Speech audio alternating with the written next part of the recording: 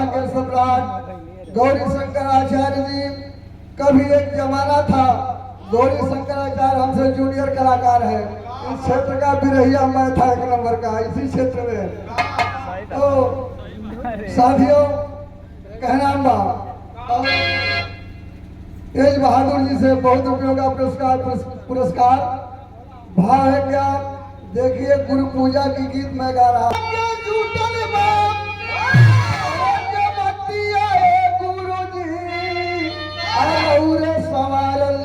अरे रौरे सवारल किस्मतिया गुरु जी।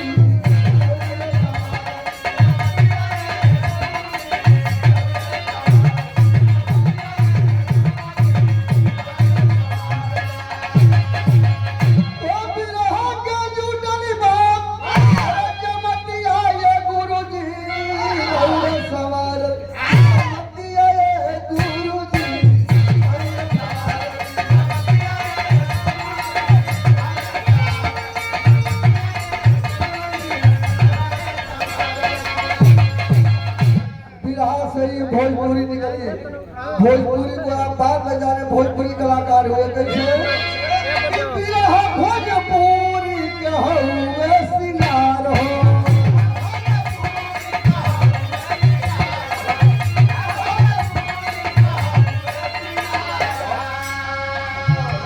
अरे बिरहा भोजपुरी के हुए सिंगार हो।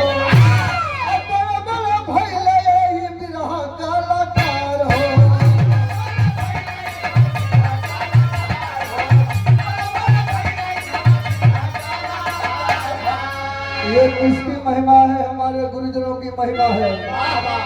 कि अमर भइले तोहरी कीर्तिया गुरु जी, रौरे सवारल किस्मतिया गुरु जी।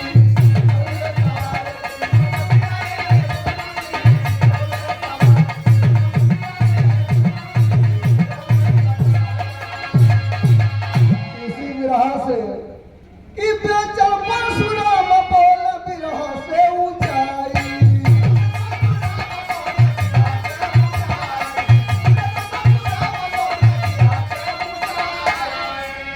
और बेचल परशुराम बोल बिरह से ऊंचाई।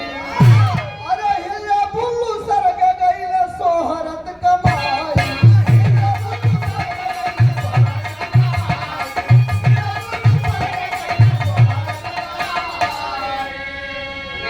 ये बहुत सारे रुपयों का पुरस्कार सम्मानित आप आचार्य जी के आप छोटे भाई इंस्पेक्टर आप पीएससी बब्बन जी, आपके तरफ से बहुत बहुत धन्यवाद। उपस्थित आप लोग के भी आभार बात कहना अम्मा का।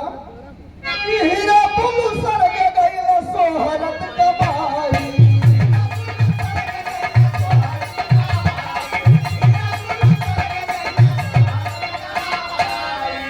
यही विरह से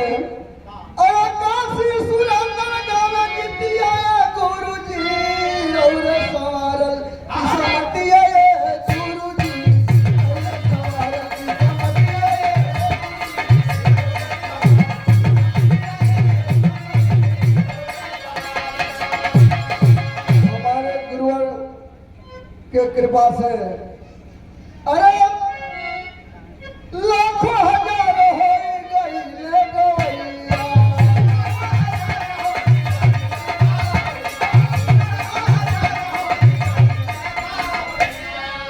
अरे कितने साथी हो गई ढोलक बजैया।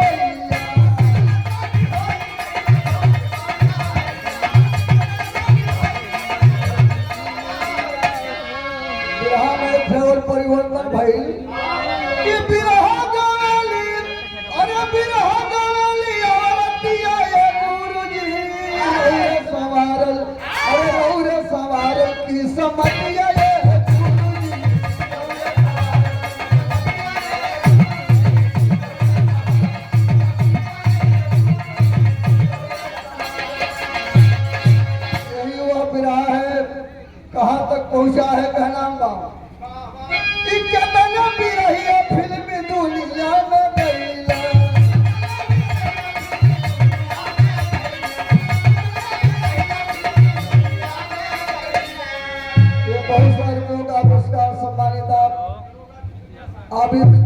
इंस्पेक्टर जी, दरोगा जी, जो हमारे यहाँ के आप मेहमान हैं, हम जब यहाँ रहते थे, आप दरोगा भी नहीं हुए थे, तब से आपकी पहचान है हमारी। बहुत बहुत धन्यवाद कहना बा कि कितना भी रही है फिल्म दुनिया में गई है, अरे हीरो हीरोइन संगीत से हो गई है।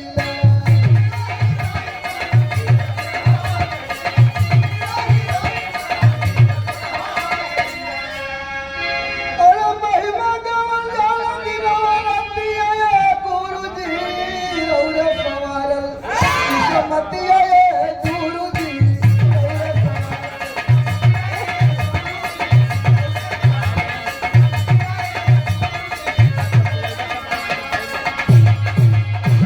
हमारी आखिरी लाइन है कि गुरु पूर्णिमा पर आज महिमा गवाला,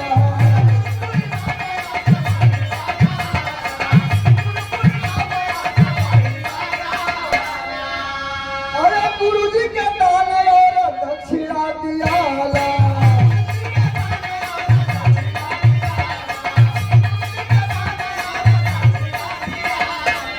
और ये स्नेह प्यार किसका है? गौरी शंकर आचार्य जी का, जो अपने दरवाजे पर इन परिवार बिरहा परिवार के लोगों को आकर के और सम्मान देते हैं। ये बहुत बड़ी बात है। हम लोग भी बिरहा कलाकार हैं, 10-20 लोगों को अपने यहाँ नहीं बुला पाते हैं।